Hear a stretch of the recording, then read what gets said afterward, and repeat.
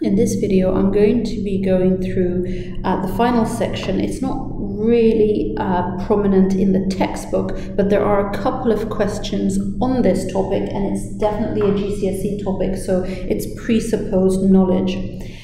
So to find the velocity is speed, but it's speed with direction.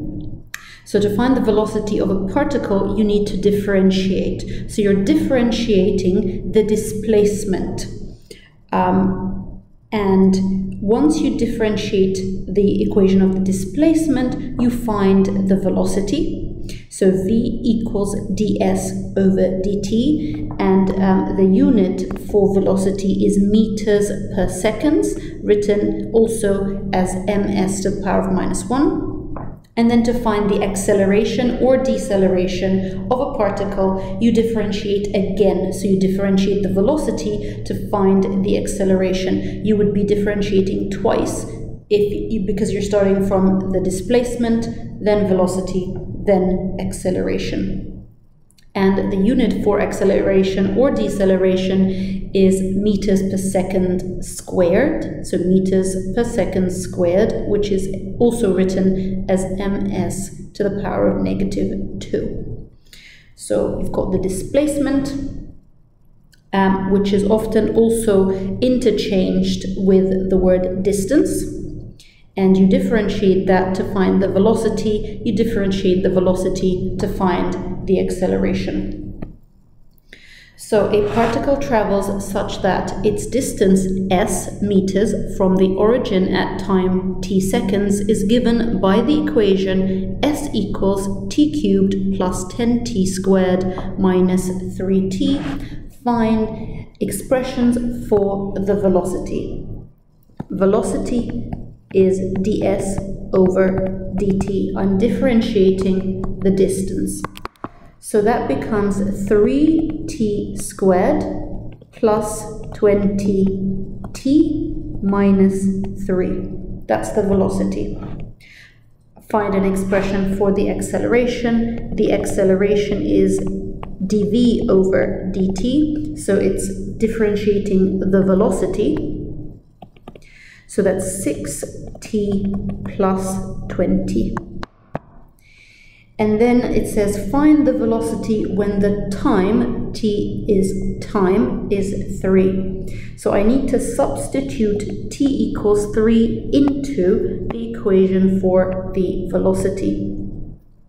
So velocity is 3 times 3 squared plus 20 times 3 minus 3. And you can just put that into your calculator. Plus 20 times 3 minus 3, and it's 84 meters per second.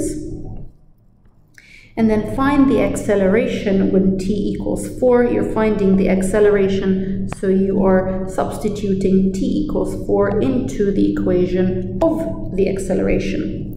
So the acceleration is 6 times 4, which is 24, plus 20, which is 44 meters per second squared. The next example, it says a marble is thrown. The point of projection at time t seconds is given by s equals 5t squared plus 3t. Find the velocity at t equals 2. So velocity is ds over dt. So that's 10t plus 3, differentiating. That means that the velocity is 10 times 2, because I substitute t is 2, is 20, plus 3 is 23 meters per second. And then part B says, at what time is the velocity equal to 53? So at what time is that velocity, at what value for t is the velocity equal to 53? So 10t plus 3 equals 53. I solve the equation, so I take away 3 from both sides, 10t equals 50. I divide both sides by 10. So that's at time equals 5 seconds. T equals 5. And then it says prove that the acceleration is constant, so it doesn't change, and state its value. Before I can prove anything about the acceleration, I have to find the acceleration, so I have to differentiate again.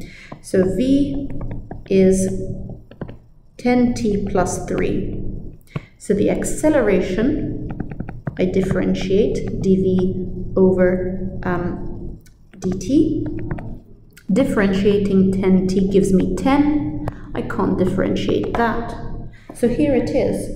I've shown that the acceleration is constant because it doesn't change. There isn't a variable, a letter, that takes different values and therefore changes the value of my overall acceleration.